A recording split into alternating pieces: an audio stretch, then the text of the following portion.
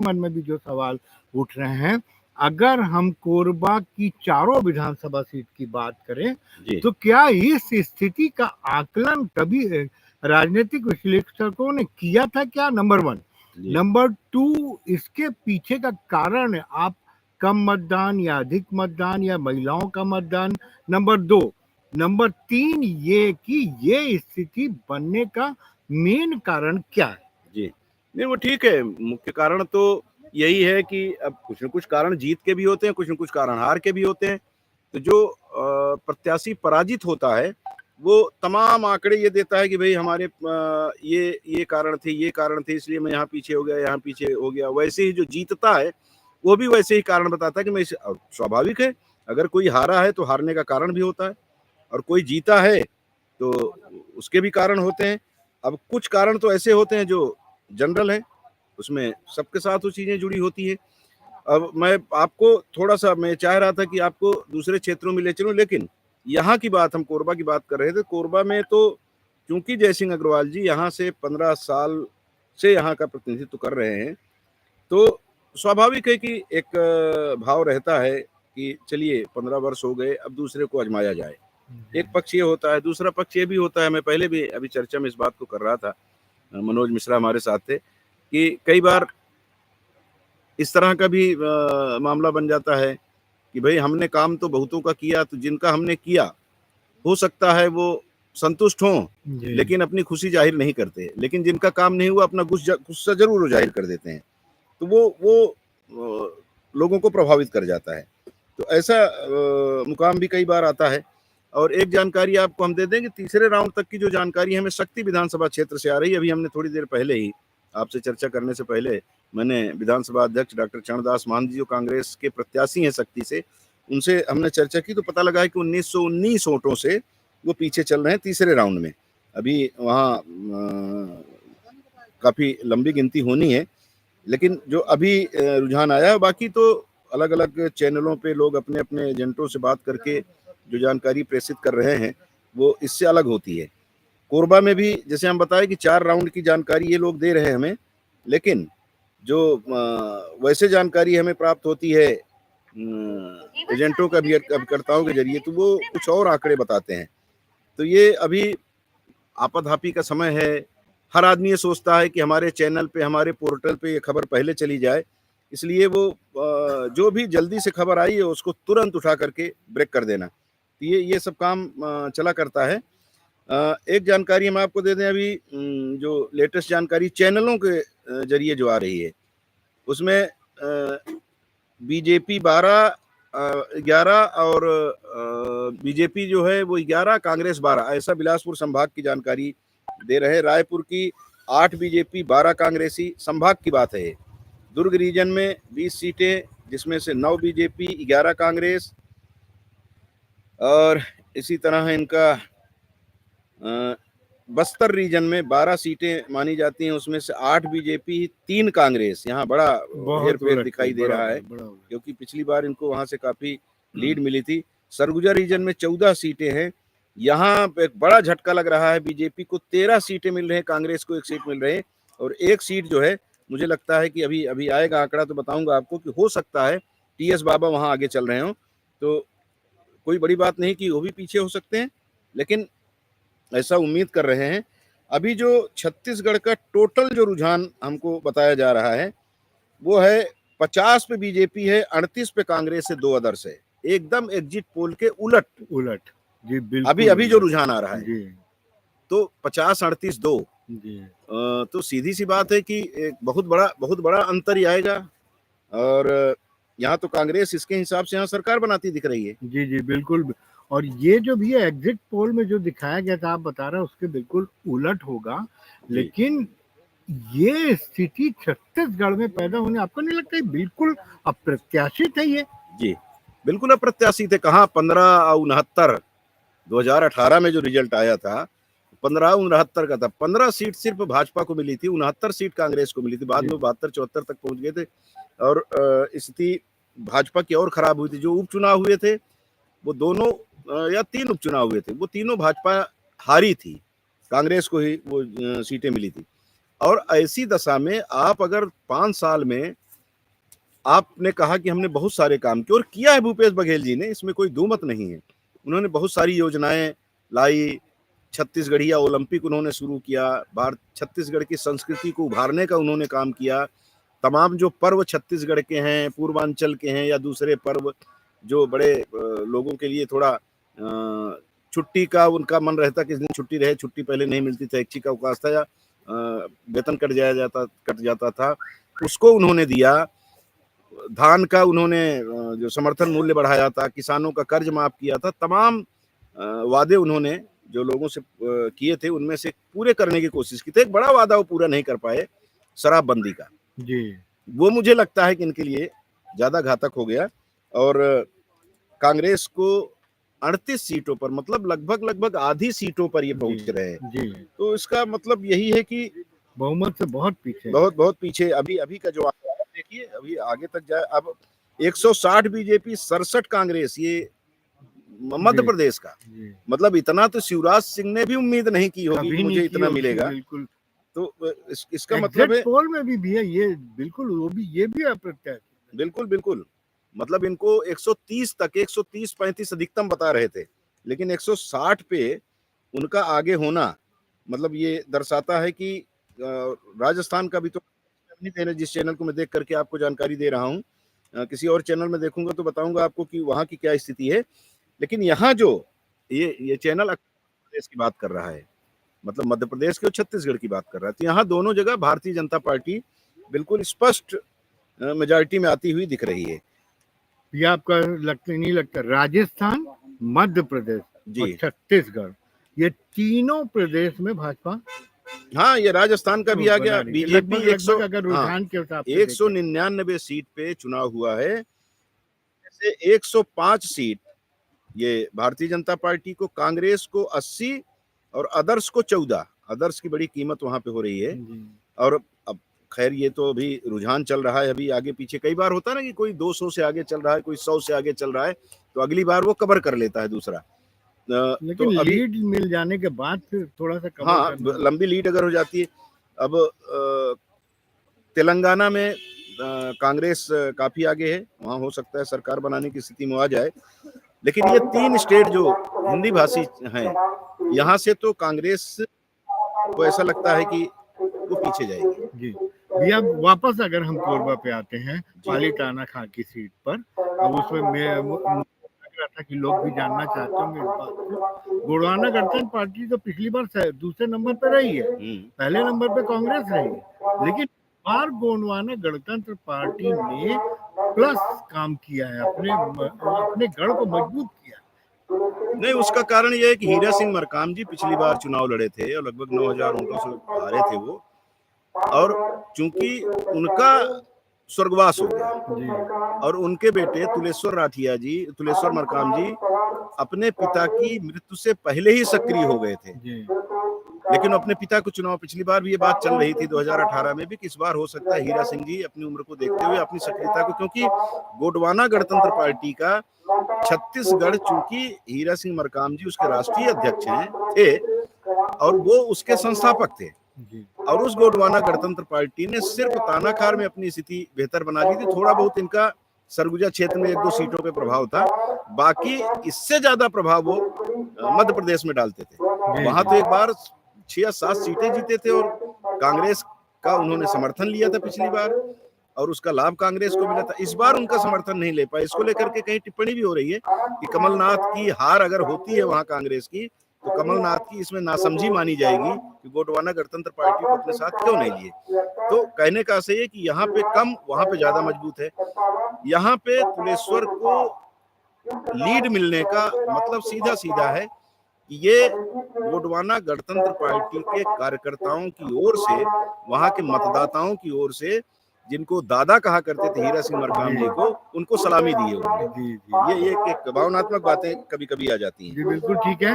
और ये तो रही कोरबा क्षेत्र की स्थिति। और अगर हम जब कमलेश जी के साथ ये ड्राइंग कर रहे थे, तब भी हमने इस बात पे चर्चा की थी, जो कमलेश जी ने भी यही आशंका जाहिर की थी कि ऐसा हो सकता है। और संभावना जी जी, और ये उसको दोहरा रहा है। भैया अब आ जाते हैं एक बार फिर से राजस्थान पे। अगर राजस्थान में भारतीय जनता पार्टी सरकार बनाती है, जी तो सीएम कौन? अब उनके यहाँ वसुंधरा राजे का नाम चलता है।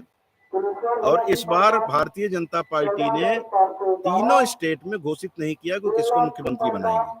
पहले शिवराज सिंह चौहान का भी वैसे ही है, ये माना जा रहा है शिवराज सिंह चौहान बन सकते हैं, लेकिन वहां ज्योतिरादित्य सिंधिया जी हैं, जिस मुख्यमंत्री न बनने के कारण पिछली बार वो नाराज होकर के कांग्रेस छोड़ करके भाजपा में चले आए थे। इस बार उन्होंने भी खूब मेहनत की है और उस क्षेत्र में जहां उनका प्रभाव है, ग्वालियर संभाग और आसपास का, या मालवा भी उससे थोड़ा प्रभावित होता है, तो वो वहां पे अच्छा प्रदर्शन जो भारतीय जनता पार्टी का रहा है, उसका कारण ज्योतिरादित्य सिंधिया को भी माना जा रहा है।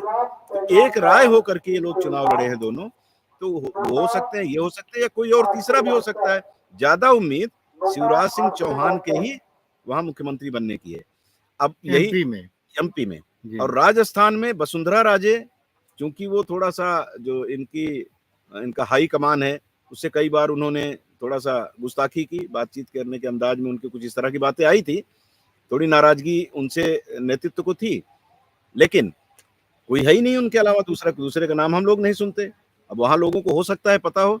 अब वसुंधरा राजे जी कल चली गई थी यात्रा पे, कहीं तीर्थ यात्रा पे, पूजा वूजा करने गई होंगी अपना, कहीं कोई उनके जो चूंकि राज परिवार से जुड़ी हुई हैं तो कोई उनके होंगे, तो वहां वो पूजा पाठ करने गई हैं, इसलिए कि दिमाग में रहता है ना लोगों को, हर आदमी अपने आराध्य देव को कि चलो उनकी शरण में बैठते हैं, वहीं हमको शुभ समाचार मिलेगा, तो इस हिसाब से गई होंगी। तो हो सकता है वसुंधरा राजे को फिर से मुख्यमंत्री बनाया जाए, अगर शीर्ष नेतृत्व खुश होगा तो। नहीं की स्थिति में कोई ना कोई विकल्प तो रहता ही है, जिसको भी बना देंगे वो। ये ठीक बोल रहे हैं भैया। और ये परसों की खबर मैं आपको बता रहा हूँ कि अचानक वसुंधरा राजे जी वहां घर से निकलती हैं, आरएसएस के दफ्तर जाती हैं। मैं बीच में टोक रहा हूँ, भारतीय जनता पार्टी का एक नेशनल चैनल बता रहा है कि 45 पे बीजेपी है और कांग्रेस 43 पे, अदर्स 3 है, यानी वो कम बता रहे हैं छत्तीसगढ़ का। जी पूछिए। तो मेरा ये कहना था कि वो घर से निकली और पहले आरएसएस दफ्तर गई, वहां से निकल करके वो सीधे राज्यपाल के बंगले पे गई, वहां पे उन्होंने मुलाकात किया उनसे, 45 मिनट की मुलाकात हुई। उसके बाद बाहर निकल के उनका मुस्कुराता चेहरा लोगों ने देखा। जब मीडिया ने बात करना चाहा तो उन्होंने बोला सब ठीक हो जाएगा। मतलब ये तो मान के चला जाए कि आपने जो बोला वसुंधरा राजे का लगभग माना जा सकता है। जी। छत्तीसगढ़ में अगर बीजेपी आती है, बीजेपी सरकार बनाती है, तो सीएम चेहरा कौन? देखिए, छत्तीसगढ़ में एक बात तो पिछले चुनाव में 2018 में जब रायपुर के कलेक्टर रहते हुए जिस आईएएस ने रिजाइन किया था और भारतीय जनता पार्टी ज्वाइन किए थे, वो संभवतः 1 वर्ष पहले ही किया था 2017 वगैरह में, तो उस समय ये कहा गया था कि ओपी चौधरी को लाने के पीछे भारतीय जनता पार्टी का उद्देश्य है कि हम आने वाले दिनों में पिछड़े वर्ग का एक चेहरा हम लाके सामने रखेंगे पार्टी की ओर से। तो इसको लेकर के उनको चुनाव भी लड़ाया गया, तो उस समय भी कहा गया था कि नहीं इस बार नहीं तो अगली बार तो श्योर है कि इनको बनाएंगे, लेकिन वो उमेश पटेल से चुनाव हार गए थे। पूरे प्रदेश में भारतीय जनता पार्टी का सुपड़ा साफ हो गया था, वो भी उसमें शामिल थे। इस बार उनका क्षेत्र बदला गया, खरसिया की बजाय उनको रायगढ़ में प्रकाश नायक, जो स्वर्गीय शक्रजीत नायक को जो अजीत जोगी सरकार में कद्दावर मंत्री थे, उनके सुपुत्र हैं, वहां से विधायक थे कांग्रेस के। इस बार उनके विरुद्ध वहां चुनाव लड़ाया गया और ये बताया जा रहा है कि 18 से 20 हजार वोटों से लगभग वो आगे चल रहे हैं। तो एक चेहरा हो भी है। और जैसा अमित शाह जो केंद्रीय गृह मंत्री हैं, उन्होंने रायगढ़ की एक आम सभा में कहा भी था कि इनको जिताइए, हम इनको बड़ा आदमी बनाएंगे। तो बड़ा आदमी से संकेत यह भी होता है, हालांकि यहाँ भी आके उन्होंने लखनलाल देवांगन के बारे में भी कहा था जब इनको कुछ बनाएंगे, तब कुछ बनाएंगे और मुख्यमंत्री बनाएंगे, दोनों बड़ा अंतर है। कुछ बनाएंगे में मंत्री बनाएंगे, उसमें वो संसदीय सचिव तो जो पहले थे भी, तो वो नेता कहते हैं ऐसा ताकि कार्यकर्ताओं का मनोबल बढ़े और मतदाताओं को लगे कि नहीं हम जिसको चुनाव जिताएंगे वो थोड़ा कहीं ऊंचे पद पे जाएगा तो हमारे क्षेत्र का भला होगा। ये भाव आता है मन में, एक प्रलोभन होता है समझ लीजिए। तो वहां जो कुछ कहा था उन्होंने रायगढ़ में, वो अगर उस पर अमल किया गया तो कोई बड़ी बात नहीं, ओपी चौधरी को वहां मुख्यमंत्री के रूप में सामने रख दिया जाए। और यहाँ एक बात यह भी आती है, जो वसुंधरा राजे के बारे में कहा जाता है, जो शिवराज सिंह चौहान के बारे में कहा जाता है, वो बात यहाँ डॉक्टर रमन के बारे में भी होती है। राजनांदगांव से आगे चल रहे हैं और अभी तो कितने से आगे चल रहे हैं ये नहीं पता, लेकिन आगे हैं, ये खबर अभी तक आ रही है। अब वहां देखते हैं, अभी थोड़ी देर में हम बताएंगे लोगों को कि वहां हमारे प्रतिनिधि हैं हाफिज, वो बताएंगे। रमन सिंह भी मुख्यमंत्री बनने के, भाई 3 बार उनको 15 साल जिस पार्टी ने मुख्यमंत्री बना के रखा, अभी भी वो राष्ट्रीय उपाध्यक्ष हैं अपनी पार्टी के, लेकिन चेहरा यहाँ भी नहीं था। तो हो सकता है रमन सिंह के ऊपर भी खेल जाए। ठीक। ओपी चौधरी जी है, और फिर इनके जो प्रदेश अध्यक्ष है अरुण साव, जी, वो सांसद भी हैं, और उनके नेतृत्व में चूंकि सरकार बन रही है, जी, बनेगी अगर बनती है, तो उनका भी एक स्वाभाविक अधिकार बनता है कि भाई, जब पहली बार 2003 में सरकार बनाने की स्थिति भाजपा के सामने आई थी, तो उस समय के प्रदेशाध्यक्ष डॉक्टर रमन सिंह मुख्यमंत्री बने थे। आज अगर वो स्थिति फिर से निर्मित होती है, तो फिर अरुण साव का एक स्वाभाविक अधिकार बनता है, वो भी जी, बनते जी। हैं उसके, और वो भी पिछड़े वर्ग के हैं। धर्मलाल कौशिक जी भी विधानसभा अध्यक्ष रहे, वो भी आगे चल रहे हैं, वो भी पिछड़े वर्ग के हैं। अगर पिछड़े वर्ग से किसी नेता को देखा जाएगा, तो ये 2-3 चेहरे जो हैं, इनमें से कोई आ सकता है, और सामान्य से लेंगे तो रमन सिंह अभी भी बड़े नेता के रूप में बड़े पेश हैं। ये जी, हम बहुत देर से इस बात का प्रयास कर रहे थे कि आपके साथ बातचीत हो तो हम ये क्वेश्चन पूछें, और मेरा ख्याल है मेरे दर्शक भी ये बात जानना चाहते होंगे, क्योंकि ये बात वही बोल सकता है जो राजनीति का खास करके खिलाड़ी हो।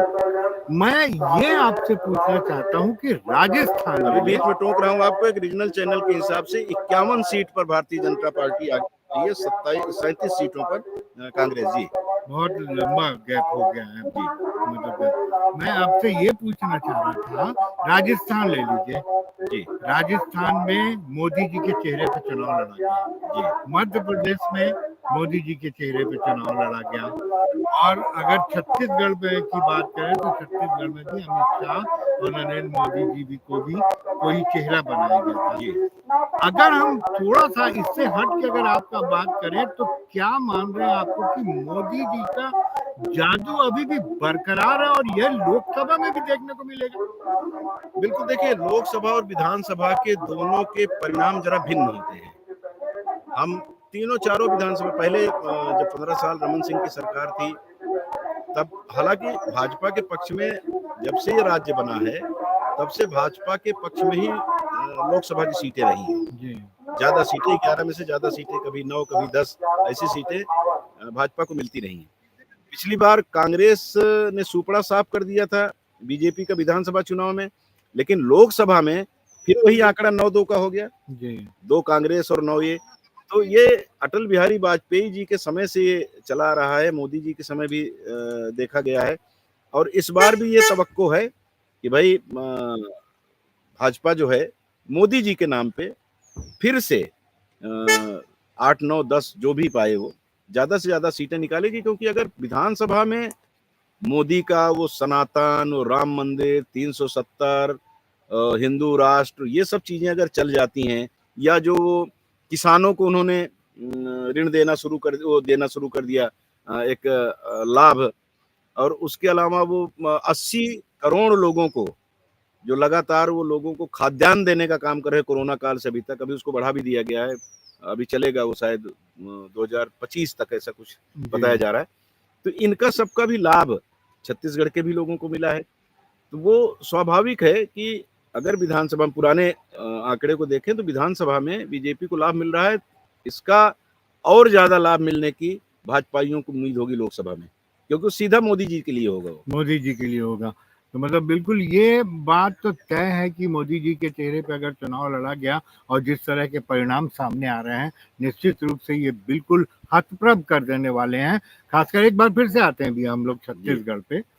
छत्तीसगढ़ में जो अभी रुझान आ रहे हैं, जो आपने अभी बताया। ये एक बार थोड़ा सा जानकारी लोगों को दे दें। जी, बिल्कुल। चांपा जांजगीर से चांपा विधानसभा से बीजेपी के नारायण चंदेल 948 वोट से आगे है चौथे राउंड में, ऐसा जी, बताया जा रहा है। 18,832 वोट उन्हें मिले हैं, 17,884 वोट कांग्रेस प्रत्याशी को प्राप्त हुए हैं। और बिलासपुर में अमर अग्रवाल जी 7वें राउंड में, वो उनको मिले हैं 32,517 वोट, और शैलेश पांडे को मिले हैं 18,409, 14,108 वोटों से वो आगे चल रहे हैं। रायगढ़ में विधानसभा प्रत्याशी ओपी चौधरी 32,543 मतों से आगे चल रहे हैं, जिनकी जी, बात में जिनको जी, 20,000 कह रहा था, जी, 32,000 वोटों से लगभग आगे चल रहे हैं, प्रकाश नायक के से लड़ रहे हैं। शक्ति से भाजपा के डॉक्टर खिलावन साहू 1855 वोट से आगे चल रहे हैं, जैसे मैंने भाजपा पहले के बताया है कि उनसे आगे चल रहे हैं। चरणदास डॉक्टर महंत। चरणदास महंत से हमने लगभग 19 वोट बताया था, ये 1855 बता रहे हैं। चंद्रपुर से कांग्रेस के राम कुमार यादव 2966 वोट से आगे चल रहे हैं। अब राम कुमार यादव के बारे में तो है ना कि वो वो एकदम गरीब घर के हैं और यहाँ छत्तीसगढ़ में किस कहा जाता है पार्टी ना, से दर्शकों को कांग्रेस बताएं? के कांग्रेस जी, के हैं, वो पहले भी विधायक रहे हैं और वो एकदम निर्धन परिवार के हैं, अटल आवास में रहते हैं, उनकी माँ दूसरे के यहाँ काम करने जाती थी, अब तो विधायक की माँ रही हो तो अब कहाँ जाती होगी, लेकिन पहले। और वो जूदेव खानदान के व्यक्ति से उनका पहली बार भी मुकाबला हुआ था, उसमें जूदेव जी के सुपुत्र चुनाव लड़े थे, वो हार गए थे। अब उनकी वो चूंकि उनके सुपुत्र का भी निधन हो गया है, तो अब उनकी संयोगिता जी, उनकी जो पत्नी है, वो चुनाव लड़ रही हैं, तो वो भी लगभग 2900 वोटों से राम कुमार से पीछे चल रही हैं। जयजयपुर से कांग्रेस के बालेश्वर साहू 1387 वोट से आगे चल रहे हैं। लोरमी विधानसभा क्षेत्र की जो जानकारी है उसके हिसाब से अरुण साव जो प्रदेश अध्यक्ष हैं भारतीय जनता पार्टी के, वो 9106 मतों से थानेश्वर साहू जो कांग्रेस के प्रत्याशी उनसे आगे चल रहे हैं। और कोरबा विधानसभा क्षेत्र की जानकारी भी इसमें हमारे साथियों ने भेजी है, अब मैं इसको बहुत अभी वो नहीं कह पाऊंगा, लेकिन जो जानकारी दी है कि 9524 वोटों से कांग्रेस प्रत्याशी पीछे हैं, यानी लखनलाल देवांगन आगे चल रहे हैं। ये जानकारी अभी तक हम लोगों के पास आई है और और कुछ जानकारी हमारे पास आएगी तो हम उसको उसके बारे में बताएंगे। क्या पूछ रहे थे आप? मैं ये पूछना चाह रहा था भैया कि एक्चुअली में जो ये शक्ति विधानसभा से ले लें, महंत जी का ले लें, या बड़े बड़े जो और दिग्गज नेता हैं बीजेपी के, वो कांग्रेस के उनका ले लें, वो पीछे चल रहे हैं जी, तो क्या इसके पीछे क्या लगता देखिए है? बहुत सीधी सी बात है, चूंकि मैं शक्ति विधानसभा क्षेत्र में एक दिन गया था, पूरा दिन में वहां रहा हूँ और वहाँ मेरी डॉक्टर चरणदास महंत जी से भी बातचीत हुई और ये इसमें ये निर्विवाद सत्य है, कोरबा को ही सांसद रहे हैं, अभी उनकी धर्मपत्नी सांसद हैं और छत्तीसगढ़ का ये हिस्सा, चांपा जांजगीर हो, बिलासपुर हो, रायगढ़ हो, अब शक्ति हो गया, कोरबा हो, इधर मनेनगढ़ वगैरह, यहाँ व्यक्तिगत संबंध चरणदास महंत जी के लोगों से बहुत है। उनका जो आत्मीय व्यवहार है वो कहीं ना कहीं लोगों को अपनी तरफ आकर्षित करता है। वहां के लोगों ने 30,000 से अधिक वोटों से शक्ति के लोगों ने पिछली बार उनको चुनाव जिताया था और वहां जो मैं महसूस किया था कि लोग ये कहते थे कि चरणदास महंत जी ने काम तो खूब कराया है, लेकिन हमारे बीच में इनकी उपस्थिति कम रही। जी, मतलब आदमी ये सोचता है ना कि भाई हमारा विधायक हमारे सुख दुख में हमारे साथ आके खड़ा हो, तो वो चीज कर पाने में वो थोड़ा सा कहीं असफल रहे हैं। जो जो अभी नतीजा जो दिख रहा है, अगर यही नतीजा सामने आया तो परिणाम में कन्वर्ट हुआ तो लेकिन अब उसमें वही बात आती है कि आप वहां के शक्ति के लोगों को शायद कांग्रेस के कार्यकर्ता ये नहीं समझा पाए कि विधानसभा अध्यक्ष का अपना एक प्रोटोकॉल होता है, वो उस प्रोटोकॉल के तहत संवैधानिक पद है, तो वो कहीं जा करके लोगों के बीच में कहीं भी नहीं बैठ सकते, कहीं भी कुछ नहीं कह सकते। तो ये एक बात रहती है जिसको लोगों तक पहुंचाने में हमें लगता है कि उनके कार्यकर्ता थोड़ा सा कुछ कमजोर पड़े हैं। लेकिन जो अभी तीसरे चौथे राउंड की बात आ रही है तो बहुत ज्यादा अंतर नहीं है, परिणाम कुछ भी हो सकता है, लेकिन अभी जो दिख रहा है और अगर ये पीछे हैं तो उसका एक कारण वही समझ में आता है कि ज्यादा उपस्थिति आदमी चाहता है, उपस्थिति वो नहीं दे पाए। लेकिन ये चीजें हर जगह लागू नहीं होती। हम कोरबा में देखें तो कोरबा में जितना जयसिंह अग्रवाल लोगों के लिए सुलभ सहज ढंग से थे, तो वो तो उसके हिसाब से तो परिणाम नहीं आ रहा है उनका। परिणाम नहीं तो ये कई फैक्टर उसके होते हैं, सिर्फ यही नहीं कि आप लोगों से मिल रहे हो या आप लोगों का खूब काम करवा दिए, और भी कुछ चीजें होती है, जैसे बताया मोदी फैक्टर भी काम करता है, कहीं ज्यादा कर जाता है, कहीं कम कर जाता है। पार्टी का कोई उसकी जो आइडियोलॉजी है, पार्टी का घोषणा पत्र है, वो कितना अच्छी तरह से आप लोगों तक पहुंचा पाए कि हम क्या देंगे जी, जब इस बार आप हमको चुनाव जितवाओगे, तो वो कई बार वो पहुंचाने में असफल हो जाते हैं लोग, तो वो उसका उनको नुकसान होता है। कारण कई होते हैं, मतलब एक जीत का एक कारण नहीं होता और हार का एक कारण नहीं होता। जी। भैया मैं एक चीज और आपसे पूछना चाहूंगा कि अगर कोरबा हो, छत्तीसगढ़, पूरे छत्तीसगढ़ की बात को लेकर के मैं बोल रहा हूँ, पूरे छत्तीसगढ़ को लेकर बात कर रहा हूँ, जनता ने कौन से मुद्दों को अपनाया और किन मुद्दों का जो उठाया गया था उन पर जनता पर उनका असर नहीं हुआ और किन मुद्दों को जनता ने आत्मसात ये किया? तो अलग अलग क्षेत्र का होता है, जहां से कांग्रेस जीत रही है वहां के लोग जो हैं, इसका मतलब है कि वहां के प्रत्याशी को भी पसंद कर रहे हैं, पार्टी को भी पसंद कर रहे हैं, पार्टी के घोषणा पत्र पर भी उनको यकीन हो रहा है। हाँ ठीक है, वही मैं कह रहा हूँ, 3-4 चीजें 5 चीजें एक साथ जुड़ती हैं। और जहां भाजपा जीत रही है वहां के प्रत्याशी का असर, उसकी पार्टी का असर, पहले वाले का उसके खिलाफ इनकम्बेंसी, ये सारी चीजें काम करती। बोला ना कि एक कारण नहीं होता, ना तो जीत का एक कारण होता है, ना हार का एक कारण होता है। कई कारण हार के होते हैं, कई कारण जीत के होते हैं। अगर एक ही कारण सब जगह लागू हो तो पार्टी कहीं भी चुनाव नहीं जीतेगी। और एक ही कारण मतलब दोनों में है, अगर हार का एक ही कारण हो जाए तो सब हार जाएंगे, और जीत का एक ही कारण हो जाए तो सब जीत जाएं। तो जो अंतर आता है कि कहीं भाजपा जीत रही, कहीं कांग्रेस जीत रही है, और दोनों के अलावा भी जैसे गोगपा आगे बढ़ रही है, निर्दलीय आगे बढ़ रहा है, या दूसरा दल कोई आगे बढ़ रहा है, तो उसको भी लोग पसंद कर रहे हैं ना। जी तो उसके प्रत्याशी का वहां तो उसके प्रत्याशी की भूमिका ज्यादा होती है। अगर निर्दलीय कोई चुनाव जीतता है तो इसका मतलब है कि उसने लोगों के बीच में इस तरह का वातावरण बना के रखा, लोगों के सुख दुख में रहा, उसके ऊपर लोगों को यकीन है कि भले इसकी पार्टी नहीं है, निर्दलीय चुनाव लड़ रहा है, अकेला ही रहेगा, लेकिन ये हमारे हक हुकूक के लिए लड़ेगा, इसके ऊपर हमें विश्वास है, अपना विश्वास वो मत के रूप में अर्पित कर देते हैं। तो बताया ना कि कई फैक्टर है इसमें, कौन फैक्टर किसको ज्यादा प्रभावित कर गया, ये बात होती है। जी, ये कोई अपडेट आया हो तो बता दीजिए, नहीं तो एक मेरे एक अंदर एक एक एक अपडेट और आया है, शक्ति से खिलावन साहू जी का, वही 1919 वोट से आगे चल रहे हैं। जी राम कुमार यादव का आया है 5133, जो लगभग 3000 बता रहे थे, वो 5100 आया है। और कांग्रेस कोरबा का आया है कि 12,960 वोटों से आगे चल रहे हैं लखनलाल देवांगन। और भाजपा प्रत्याशी प्रेमचंद पटेल कटघोरा से 2000 वोटों से आगे चल रहे हैं। मतलब दृश्य अभी वही है, लीड थोड़ी सी कम ज्यादा हो रही है। कंवर फिर पीछे हो गए, नहीं, कौन? पुरुषोत्तम कंवर जो, पुरुषोत्तम कंवर तो पहले के बाद तो लगातार पीछे जा रहे हैं, जी जी वो कभी आगे नहीं गए। तानाखार में पहले दूसरे राउंड में सिदार मैडम वहाँ जो चुनाव लड़ रही कांग्रेस की प्रत्याशी हैं, वो थोड़ा आगे थी, और अब वो गोगपा वहाँ लीड ले लिए, भाजपा तीसरे नंबर पे है। वो तो आप पहले भी बोलते थे कि गोंडवाना गणतंत्र पार्टी का कोई भरोसा नहीं कि वो आगे ले ले। भैया एक तो प्रश्न है, वो सभी के मन में है ये बात, सारे चैनलों की अगर हम बात करें तो सारे चैनल भी यही बात बोल रहे थे, अखबारों की बात करें अखबार भी यही बोलते थे, और लोग भी यही बोलते थे।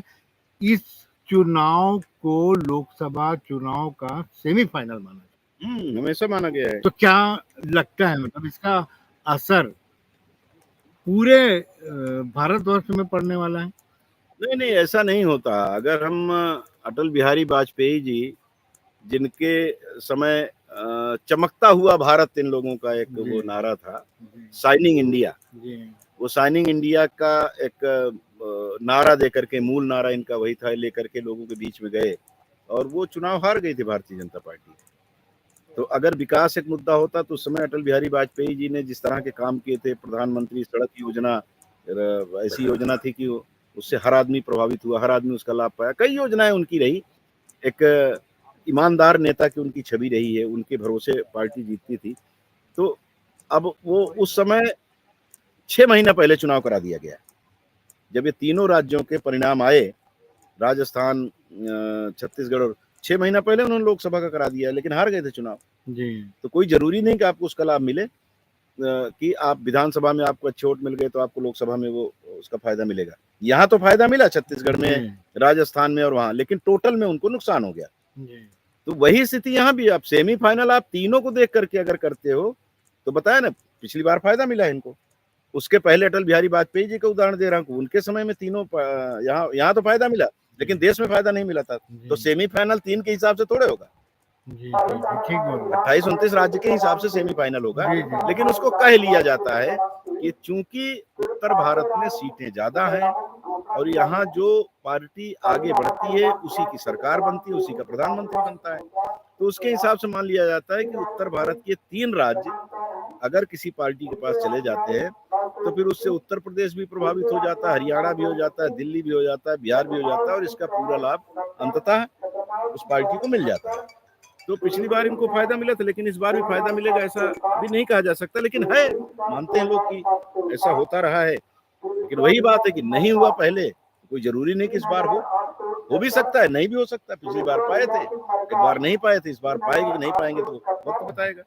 भी अभी मैं बाहर खड़ा था वहाँ पे, तो वहाँ पे कई लाइव में कई राजनीतिक जो के जानकार हैं, राजनीति के जानकार हैं, वो लोग खड़े थे। जी ये उन लोग आपस में बात कर रहे थे। मैं सोच रहा हूँ उसको मैं आपसे उसके बारे में जानूं या उसके बारे में हमारे दर्शकों को पता चले कि वो थे, वो भी अच्छे खासे राजनीतिज्ञ थे वो लोग, काफी वो थे। उनका ये मानना था, उनका ये कहना था कि सिंहदेव बाबा और भूपेश बघेल के बीच का जो द्वंद्व था, अंदरूनी द्वंद्व, वो निकल के सामने आ रहा है। नहीं इसमें नहीं, कितनी बिल्कुल सच्चाई बिल्कुल बिल्कुल सही कह रहे हैं। यह भी एक कारण है, पता नहीं, एक कारण नहीं, अनेक कारण होते हैं। अगर अभी हमारे पास जो आंकड़ा है 52 में बीजेपी आगे है, 36 में कांग्रेस है, मतलब और पीछे चली गई। तो अगर ये परिणाम में कन्वर्ट होता तो सीधी सी बात है। देखिए, एक बात चुनाव के पहले जो चुनाव की समीक्षा करने वाले लोग हैं, राजनीति में दखल रखने वाले लोग हैं, वो भी इस बात को कहते थे कि अगर भूपेश बघेल हारेंगे, यानी कांग्रेस हारेगी, तो उसमें कई कारणों में एक कारण यह भी होगा कि एक दूसरे को पीछे ढकेलने के चक्कर में, जैसे अजीत जोगी जी के समय में कोई भी ये खबरिया चैनल जो एग्जिट पोल किया करते थे, कोई नहीं कह रहा था, जैसे अभी कह रहे हैं जी जी कि कांग्रेस की सरकार नहीं बनेगी, लेकिन कांग्रेस की सरकार नहीं बनी, भारतीय जनता पार्टी बनी। उसका कारण यह था कि अजीत जोगी जी के समय में ऐसा कहा जाता है, उसमें सच्चाई कितनी है तो पार्टी के लोग जाने, कि जोगी जी कम से कम 10-11 सीटों पे जो उनके कंपटीटर बन सकते थे या जिनका उनसे संबंध नहीं था, उन लोगों को हराने में अपनी भूमिका निभाए थे। तो वो हार गए, इनकी सरकार नहीं बन पाई, अल्पमत में आ गई। तो वैसी ही स्थिति कहा जा रहा था कि भूपेश बघेल जी भी अगर अजीत जोगी की तरह चलेंगे तो वो नुकसान पार्टी को होगा।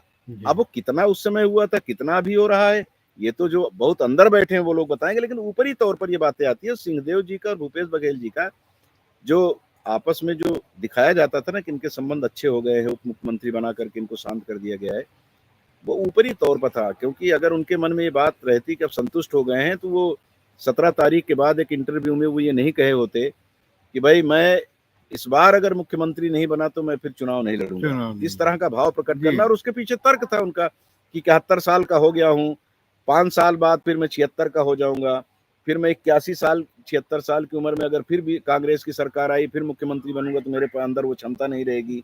तो वो कुल मिला के वो उनके मन में तो ये था कि हम पिछली बार नहीं बन पाए, तो इस बार अभी से कहना शुरू कर दे ताकि पार्टी हमको बना दे। तो वो उसका ही ये दुष्परिणाम है कि जहां 14 सीटें सरगुजा संभाग की, पूरी 14 की 14 कांग्रेस को मिली थी, इस बार वहां 13 का आंकड़ा आ रहा है। तो इसका मतलब है कि वहां के लोगों ने ये मान करके कांग्रेस को जितवाया था कि हमारे क्षेत्र के जो विधायक है, हमारे क्षेत्र के नेता हैं, मुख्यमंत्री बनेंगे। वो नहीं बने तो इस बार लोगों ने कहा कि चलो आप विपक्ष में बैठो भाई, अब हम फिर उसी पार्टी को ले आ रहे हैं। ये फिर एक बार छत्तीसगढ़ में एक मुद्दा कुछ अगर आया है अपडेट तो आप बता दें। तो हम एक ऐसा प्रश्न पूछना चाह रहे हैं जो पब्लिक डोमेन में, जो अखबारों में, वो ये था कि अरुण साव का बयान आया लगातार, कवासी लकमा पीछे चल रहे हैं, जिनके बारे में कहा जाता था कि उनको कोई हरा ही नहीं सकता, और उनको क्षेत्र में, उनके क्षेत्र में उनको दादी कहते हैं, दादी के नाम से, दादी बोलने से कवासी लकमा का नाम आता था। वो कहा जाता था कि अपराजेय योद्धा है, और उनके ऊपर और भी बहुत सारे आरोप पार्टी के लोग लगाते थे। अभी भी लगा, जब झीरम का मामला आया तो नारायण चंदेल ने और दूसरे नेताओं ने कहा कि भूपेश बघेल जी उसकी जांच क्यों नहीं कराए जो मोटरसाइकिल से वहां भागा था। तो ये सब बातें जो आती हैं तो वो इंगित करती हैं कि वहां जो आरोप इनका होता है कि नक्सलियों के साथ इनके अच्छे संबंध हैं, और धुर नक्सल प्रभावित क्षेत्र है, और वहां से अगर कवासी लकमा पीछे चल रहे हैं तो ये बड़ी खबर होती है। अमरजीत भगत पीछे चल रहे हैं, हालांकि वो तो 13 में से है ही है वो। तो जी, अभी 53-36 का ही आंकड़ा अभी आ रहा है कि 53 में बीजेपी और 35 में कांग्रेस और 2 में अदर्स है। जी, बहुमत से बहुत दूर, मतलब बिल्कुल, और बहुमत में भारतीय जनता पार्टी पहुंच गई है लगभग। और अगर ये बरकरार रहता है, यही रहता है, ये परिणामों में तब्दील हो जाता है, तो एक प्रश्न उठता है दिया। अरुण साव का बयान आया था, और बीजेपी के बड़े बड़े नेताओं का बयान आपने भी सुना था। उन्होंने ये कहा था कि अगर भारतीय जनता पार्टी की सरकार बनती है तो भूपेश बघेल के खिलाफ जितना भी भ्रष्टाचार के प्रकरण हैं वो खुलेंगे, और ये जांच होगी उनकी, और वो जाएंगे जेल। देखिए, ये बड़ी मतलब इसमें हँसने का मन होता है इस तरह की जब बात आती है। इसलिए मैं कह रहा हूँ ये कि ओपन जब एक बड़े हाँ, ठीक नेता है, के कह रहे स्टेटमेंट है। हैं, इसके पहले भी कहा गया था, भूपेश बघेल जी ने कहा था कि मैं ये करवा दूँगा, वो करवाए क्या? नहीं करवाए। नहीं अजीत करवाए। जोगी जी के शासनकाल में भाजपा कह रही थी कि हम बिल्कुल सूली पे टाँग देंगे, इन्होंने ऐसा किया हुआ है, करवाए क्या? और बड़ा प्रमाण ले लो आप, अरविंद केजरीवाल तो बोलते थे कि मैं शीला दीक्षित को एक ही पहले दिन ही जेल में डलवा दूँगा, डलवाए वो क्या? जी, बिल्कुल नहीं। बहुत सारे प्रमाण मिलते हैं। ये नीचे कार्यकर्ता लड़ता है। अभी ये लखन देवांगन जयसिंह अग्रवाल के लोग, कोई मायूस होगा, कोई प्रसन्नता व्यक्त कर रहा होगा, करेंगे। ये लड़ भी लेंगे आपस में खुशी के मारे या गम के मारे, लेकिन वो ऊपर वाला नहीं लड़ता, वो सिर्फ द्वंद्वात्मक युद्ध होता है उनका दिखाने के लिए। जी, जी। उनको मालूम है कि इस बार ये आए हैं, अगली बार मैं आऊँगा। हुँ। तो अगर ये अभी आए हैं ना, तो हमको छोड़े रहेंगे तो मैं अगली बार आऊँगा तो इनको छोड़ूँगा। साउथ में होता है जयललिता करुणानिधि के बीच में वो दृश्य याद है। जयललिता जब मुख्यमंत्री बनी तो करुणानिधि को कुत्ते की तरह घसीट के पिटवाई थी, और जी, करुणानिधि जब बने तो उनको दिगंबर करने की स्थिति तक चले गए थे। जी, तो जी, ये वहां चलता है, लेकिन इस इलाके में अभी ऐसा नहीं है। यहाँ ये होता है कि चलो ठीक है, चुनाव जीते हारे, अब अगली बार जो होगा जी। वो अपन देखेंगे। जीत लिए ना, कह के जीत लिए। इसीलिए तो ये लोग हर मामले में कोर्ट नहीं जाते ना, जी, जी, नहीं जी। तो डिफर्मेशन दायर नहीं कर देंगे भाई, हमारे हाँ। खिलाफ इन्होंने हमारी मानहानि की, हम कुछ किए ही नहीं। ये होता है चलो चुनाव जीत हार हो जाएगी, उसके बाद सब कुछ ठीक हो जाएगा। कुछ नहीं होना है। भूपेश बघेल का कोई वो नहीं निकालेंगे, जैसे भूपेश बघेल उनका नहीं निकाले तो वैसे उनका ये नहीं निकालेंगे। ये सब चलता है, चुनाव के समय ऐसे ही बोलते हैं लोग, और बोलते हो जाए ज़रूर तो बड़ी बात होगी। जी, बोलते ज़रूर हैं, लेकिन राजनीति का जो अंदर से जो चलता है वो मामला अलग होता है। जी, ये एक एक अपन हम ग्लोबल उस पे आते हैं, जी, पूरे देश के उसमें आते हैं। छत्तीसगढ़ की बात की आपने, मध्य प्रदेश की बात की आपने, राजस्थान की बात की आपने। अब मैं थोड़ा उस तरफ थोड़ा-सा आपका आपसे कुछ जानना चाहूँगा जी, कि ये तो लगभग तय है कि दक्षिण एरिया में तेलंगाना में कांग्रेस सरकार बना रही है। जी। कर्नाटक कांग्रेस जीत गई है। भारतीय जनता पार्टी के लिए वो जो इलाका है दक्षिण का, उस तरफ के दरवाजे क्या बंद हो चुके हैं या अभी भी आस है?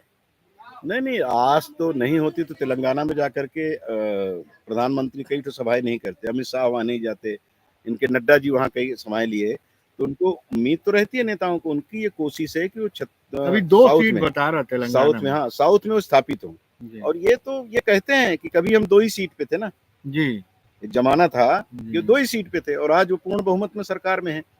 तो राजनीति में सब चलता है, तो उनका ये है कि हम साउथ में चूँकि हमारे यहाँ देखिए यहाँ पे जो हाड़ी चढ़ जाती है ना बार-बार धर्म की, वो उधर नहीं चढ़ती। उधर लोगों की मान्यताएँ कुछ और हैं। जी, हम अगर यहाँ राम का आदर करते हैं, तो केरल, तमिलनाडु में बहुत सारे लोग ऐसे हैं, तमिलनाडु का तो एक मामला भी आया, जो वहाँ के मुख्यमंत्री स्टालिन के बेटे ने कह दिया, जी, सनातन को लेकर के जो उन्होंने जी। टिप्पणी की, उस पे दुनिया भर का अखाड़ा बना दिया था लोगों चारों ने। तरफ से उनकी जी, उनकी आलोचना हुई। जी, तो वहाँ के लोग रावण को पसंद करते हैं। जी, तो पूजा पद्धति में भी काफ़ी अंतर है। वहाँ के हम मैं तो गया हूँ वहाँ, जी, रामेश्वरम गया हूँ, मदुरई गया हूँ, कन्याकुमारी गया हूँ। तो वहाँ जाने के बाद जब लोगों से बातचीत होती है, तो वो वहाँ के जो पुजारी हैं, वो विधिवत पूजा कराते हैं। जो पूजा कराएँगे, विधिवत कराएँगे, और वो बोलते हैं कि हम उत्तर भारत के ब्राह्मणों जैसे, उत्तर भारत के पंडितों जैसे नहीं हैं, पुरोहितों जैसे, कि उनको पैसा दे दो तो 60 में आपकी पूजा करा देंगे। हम जी, नहीं करते, चाहे आप जितना पैसा दोगे पूरा करेंगे। तो वो उसके कारण वो यहाँ के लोगों से चिढ़ते हैं। जी, इसीलिए आप वहाँ हिंदी बोलोगे तो नाराज़ हो जाते हैं कि आप जी, यहाँ की लोकल लैंग्वेज बोलिए, अंग्रेजी में बात करिए। अंग्रेजी से उनको वो बिछोह नहीं है, अंग्रेजी से उनको घृणा नहीं, लेकिन हिंदी से ज़रूर घृणा करते हैं। तो उसके कई कारण हैं। वहाँ पे भाजपा का स्थापित न हो पाने का सबसे बड़ा कारण ये है कि भाजपा में कोई बड़ा नेता उधर का नहीं आया। और जो आए, एक लक्ष्मण जी आए थे, जी, बंगारू लक्ष्मण, बंगाल उनको 1 लाख रुपए रिश्वत लेते हुए कहाँ ट्रैप करा लिया गया था। रहता है। एक 1-2 नेता और अनंत वगैरह आए, तो वो बस वो छोटे से दायरे में सिमट के रह गए थे। कर्नाटक में इनकी बड़ी अच्छी स्थिति थी, लेकिन वहाँ येदियुरप्पा को किनारे करने से भारतीय जनता पार्टी को सीधे-सीधे नुकसान हुआ है। अच्छा, येदियुरप्पा इनके कद्दावर नेता रहे हैं और एक वर्ग विशेष को प्रभावित करते हैं। तो उसमें वो कहीं न कहीं, हालाँकि उनके ऊपर आरोप लगा था भ्रष्टाचार का, जिसके कारण भारतीय जनता पार्टी ने उनको किनारे किया था। लेकिन वो एक बड़े नेता थे, वो अपने बेटे को उतार दिया उन्होंने और कह दिया था कि मैं अब राजनीति में बिल्कुल सक्रिय नहीं रहूँगा। उनका बेटा चुनाव लड़ा था, तो वो वहाँ से ये बैक हो गए, अब तेलंगाना में इधर भी ये कोशिश जो कर रहे हैं तो वो करेंगे, सब जगह करेंगे। पश्चिम बंगाल में तो ये घोषित कर दिए थे कि हमारी यहाँ पे बिल्कुल शुभेंदु जो हैं वो हमारे जी, बिल्कुल, मुख्यमंत्री बनेंगे, मुख्यमंत्री। तो लड़े जीतने के हिसाब से, नहीं जीत पाए। तो ये राजनीति में होता है, जहाँ नहीं है वहाँ लड़ करके अपनी स्थिति को बेहतर करने का काम सभी पार्टियां करती हैं, और जहाँ रहते हैं वहाँ अपनी स्थिति को बचाए रखने की कोशिश करते हैं। जी, भैया एक बार फिर वापस आते हैं हम छत्तीसगढ़ पे, जी, अपने अपने प्रदेश पे।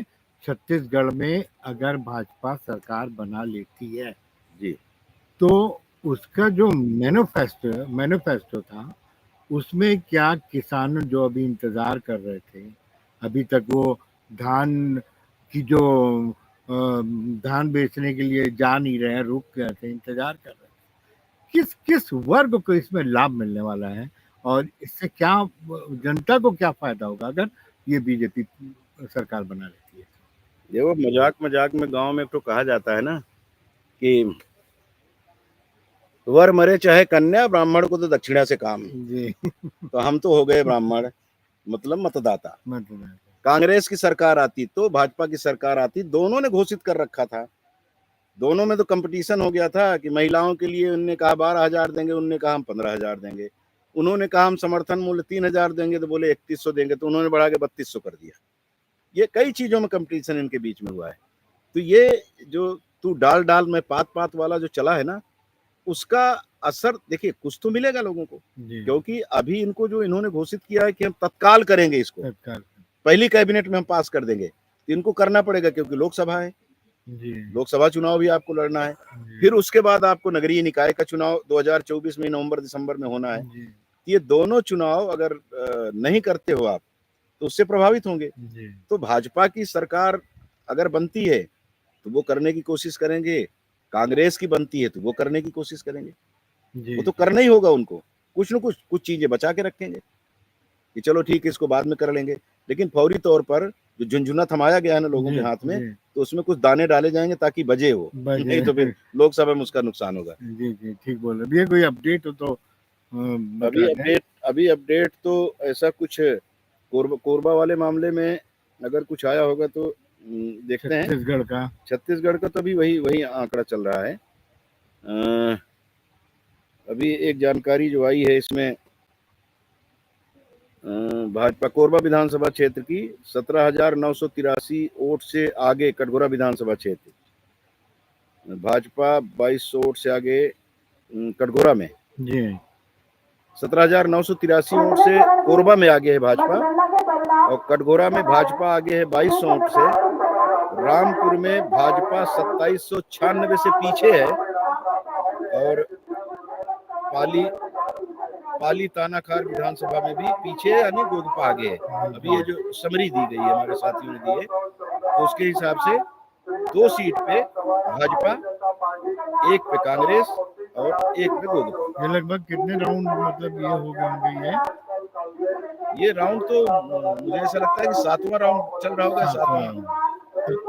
तो लीड अब बन गई है 7वें राउंड के बाद। हाँ, अब नहीं लगता कि उसमें कुछ बहुत ज्यादा परिवर्तन हो सकता है। नहीं छोटा मोटा जिसका है जी, वो तो संभव है कि कुछ भी हो जाए, लेकिन जिसका बड़ा हो गया है उसमें फिर संभावनाएं जरा कम होती है। जी, उसमें बड़े वाले में थोड़ी दिक्कत क्या मतलब आता ही है वो, क्योंकि पता लगा कि जितने से लीड है, बाकी जो है अगर सब मिल जाएंगे तो भी उतना नहीं पहुंचते, तो स्पष्ट है कि फिर आप कहाँ से जीतोगे।